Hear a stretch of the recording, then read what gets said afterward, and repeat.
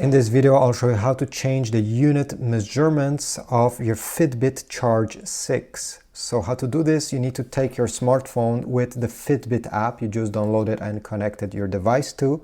Open the app.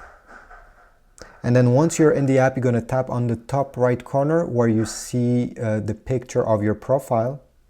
And then you're going to tap Fitbit Settings. Here you're going to tap App Settings.